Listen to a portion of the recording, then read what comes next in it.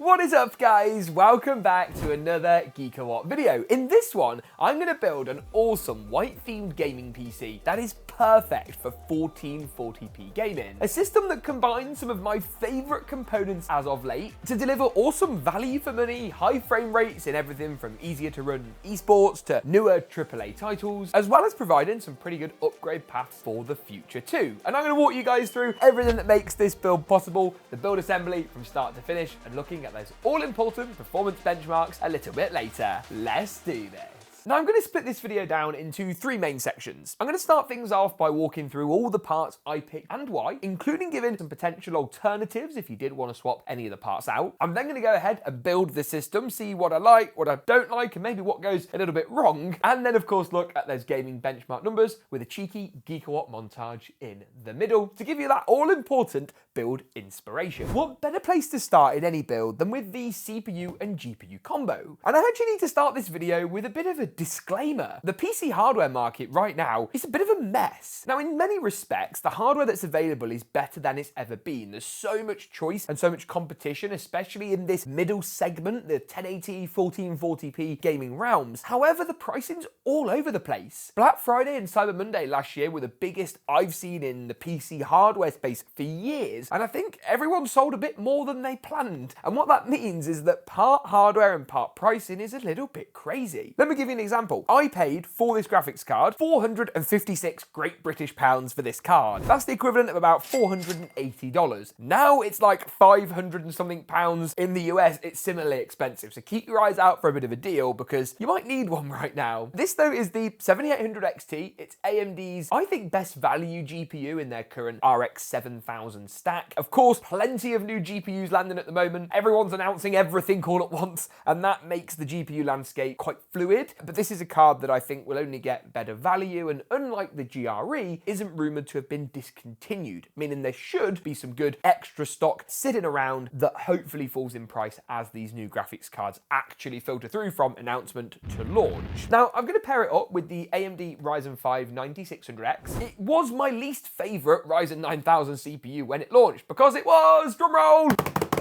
too expensive. And now AMD have dropped the price, which is what AMD always do with everything. And it's actually really annoying because although this is super competitive now, you go on the reviews and stuff and everyone's like, it's overpriced, because it was. So this for around $240, give or take, is an awesome bet. 6 cores, 12 threads, good clock speeds. It is all we need for gaming. If of course you want to do any video editing, streaming, rendering, you'll want more CPU cores. To check out the higher end Ryzen 7 chips down below. The really good thing about this Ryzen 5 CPU is the CPU socket. It uses the AM5 socket, which AMD are going to support for at least the next 3 full years, meaning you've got good upgrade paths. Unlike Intel, where Core Ultra, wow, it's not great anyway, and we're only expecting one more CPU generation out of that socket. There's not really a great deal of distance to go, and I think that sets AMD apart in a really positive fashion. RAM-wise, I've gone for this lovely kit of Corsair Vengeance RGB DDR5. I've actually got a higher speed 6000 MHz kit on the way with a lower cache latency of 30. With DDR5, the cache latency is even more important than before, and the closer to 30 you get, the better gaming performance you're going to get. This is one area where you can actually spend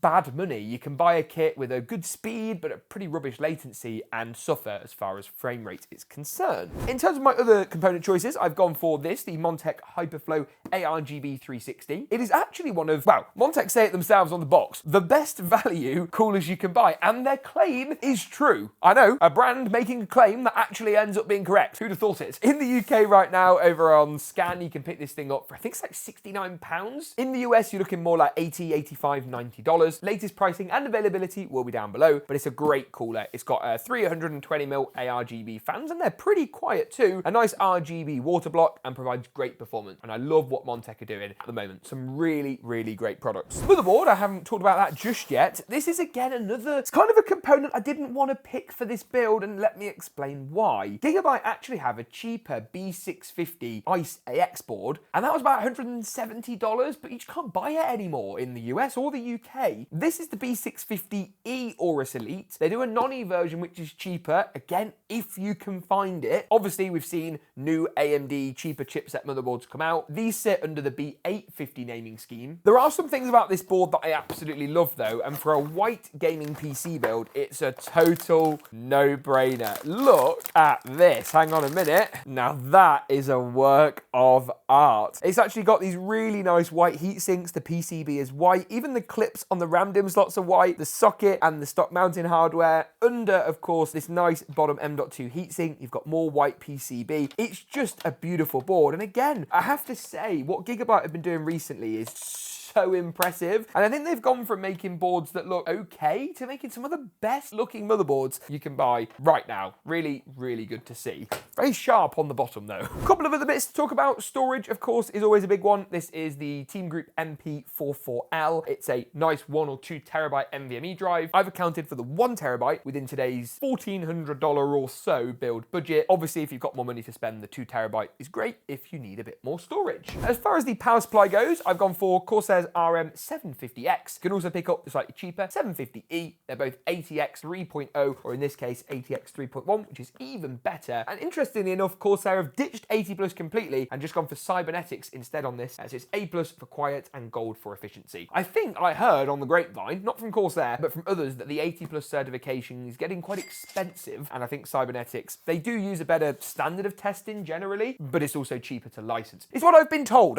Don't hold me to, don't take me to court over that statement. Anyway, case, let's talk about this. Another one from Montech, not sponsored. We bought quite a few actually of these case recently. Image on your screen now. As if you're based here in the UK, you can actually buy this system and lots of our other builds pre-built from Giga PC. It's our PC building company, which I'll link down below. Or of course, you can check out latest part pricing for individual components and build it yourself. Whatever you fancy, all those links for different regions will be down below. This is the Montech King 65 Pro. The difference between the Pro and the non-Pro is that this one has fans and the non-Pro doesn't. You get 3 included, so there's 240mm reverse blade intake fans. Basically, that means you're not looking at the back of the fan, even though it's pulling air in, and a 120mm standard blade RGB exhaust fan, which is good. And for the price, it's extraordinary value for money. Like Montech, again, like the cooler, have done a really great job. And I think the two of these matching, it's just nice for the system, provides a bit of continuity. So with that, I think it's time to actually get these parts put together. And what better place to start really than with the CPU? Of course, if you've installed an AMD Ryzen chip before, you'll know it's nice and easy. Step 1, push the arm down and open up the CPU socket. Step 2, line up the triangle. It's going to go up to the top left-hand side of the board towards our big AORUS logo and VRM heat sinks. And then of course, the socket cover is going to return down, arm into place, and that is really all there is to it. I'm going to do the RAM next, of course. Technically, we're using slots 1 and 3, as the first slot is actually 0. But if you're counting from the CPU out, it's the 2nd and the 4th.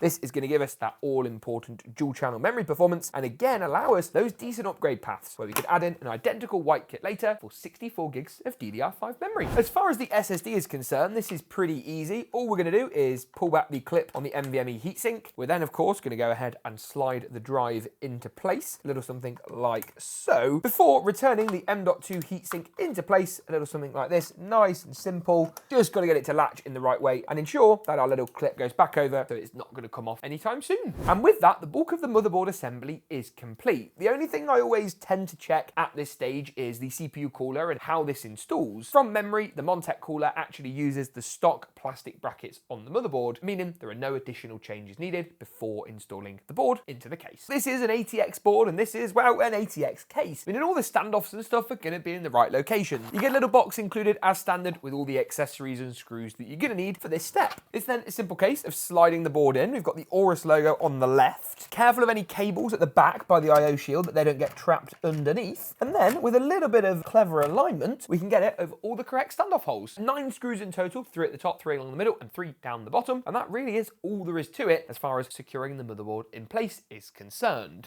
Once the board is in, it's then a good time to pop the CPU cooler into place. And you can see why the fewer included fans on this as standard over the 95 isn't such a problem, because we've got another 3, of course, on the AIO. Now inside this bag, which you of course get included with the cooler, we should be able to locate ourselves an AMD bracket. That looks a little something like that. What I'm going to do is I'm going to slide that around the CPU water block and then add these thumb screws and AMD retention clips onto this bracket. Once they're on, it's then a simple case of installing the radiator up to the top of the case using the included radiator screws that actually come with our King 65. Great touch from Montech there. And then of course popping some thermal paste on the CPU before fastening the block into place. Nice and easy. As much as I'd really rather get the graphics card in at this stage because it's going to look pretty good. I think the better option is to install the power supply. As I say earlier, this is a 750 watt unit. It's going to be plenty for this build, but go ahead, get the power supply installed. It is a fully modular unit, and I will be using some easy DIY fab PSU cable extensions just to make the whole thing look that little bit nicer. Through the PSU into the back, making sure the fan is going to pull air through the rear perforated panel. Add those extensions on and plug power up to the CPU in the top left corner, the motherboard on the right hand side, and save a GPU power cable for a little bit later. You might as well do the front panel cables at this point too. These include both USB Type A and USB Type C, your JFP1 front panel cables for your power reset switches, and the HD audio for the headphone mic jack, which goes to the bottom left of the motherboard. And with the cables finally done, it's time for the GPU. Look at this. I mean, that is a work of art. Genuinely, one of my favorite looking graphics cards. Full stop. Now, I actually think this would look great in a vertical GPU mount orientation. So let me go and see if I've got a white vertical mount, because I think that might just take this build to the next level. Aha, this is exactly what I'm looking for. Now, I should say that wasn't necessarily the plan for this build, to use this NZXT vertical adapter, but if you do want it as an optional extra, you can check it out again at the links in the description below. For now though, I've got many screws to remove to release all of these PCI lanes out the rear. Make sure the PCI notch is pushed back, add the riser cable into place, good stuff, and then conclude matters by just fastening everything down into place. I'm then going to go ahead and push back the clip on the PCI slot and slide our 7800 XT into place. In theory, if it's going to slide, yeah, no.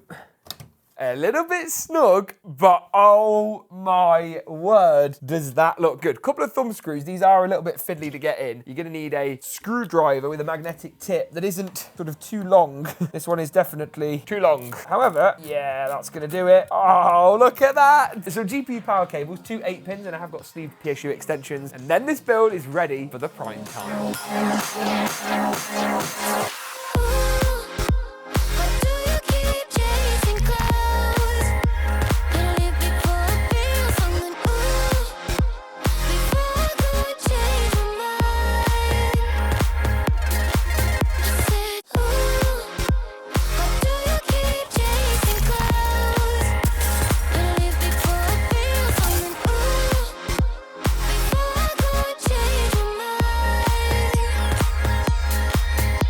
So the build looks good, but how well does it perform? That is, of course, the all-important question. And luckily, we've done the numbers in a wide variety of the latest AAA titles and popular esports games alike. And let's start off, shall we, with a bit of Alan Wake 2. In Alan Wake 2 at 1440p high, the 7800 XT pulled in an average of 76 frames per second on average, certainly more than playable at the 1440p resolution, providing a pretty solid gaming experience. Apex Legends was also very good too, with 246 FPS on average at that 1440p high preset, while Call of Duty's Black Ops 6, again at 1440p high, delivered over 100 FPS on average, with 125. Now, how some of these numbers will compare against the upcoming and slightly more expensive RTX 5070 is yet to be seen, and once we find out what AMD's pricing is on their new 9000 series cards, they could be ones to watch as well. Cyberpunk 2077 at 1440p high, with FSR set to quality and frame gen turned on, ray tracing cranked to medium, delivered 103 FPS on average. I can tell you right now that on the upcoming 5070, what we're seeing in Cyberpunk with ray tracing is going to be far better than this. Rasterization is where really AMD excel comparative to Nvidia. F1 2024 though, with a bit of FSR enabled again at quality using the 1440p ultra high preset, delivered strong results with 250 frames per second on average. Personal favourite of mine is F1 24, so pleased to see that result here. While Fortnite at 1080p competitive settings delivers, in their surprise to nobody, the highest frame rate of all the games tested today. That's everything tuned down to low, except the render distance, which was tuned up to far. 279 FPS on average, which is not too shabby. The final game to talk about is Hogwarts Legacy, another AAA title, something that's quite VRAM heavy. Here at 1440p high, the average frame rates were good, with 111 FPS on average. Now, I really like this build, but it definitely is worth thinking about the hardware that we're maybe expecting in the near future, and accounting for this when actually looking at whether or not this is a good system to buy right now. Get subscribed, of course, for all of our coverage of all the new GPUs in both builds and reviews here on the channel. Thanks for watching, and as always, we'll see you in the next one.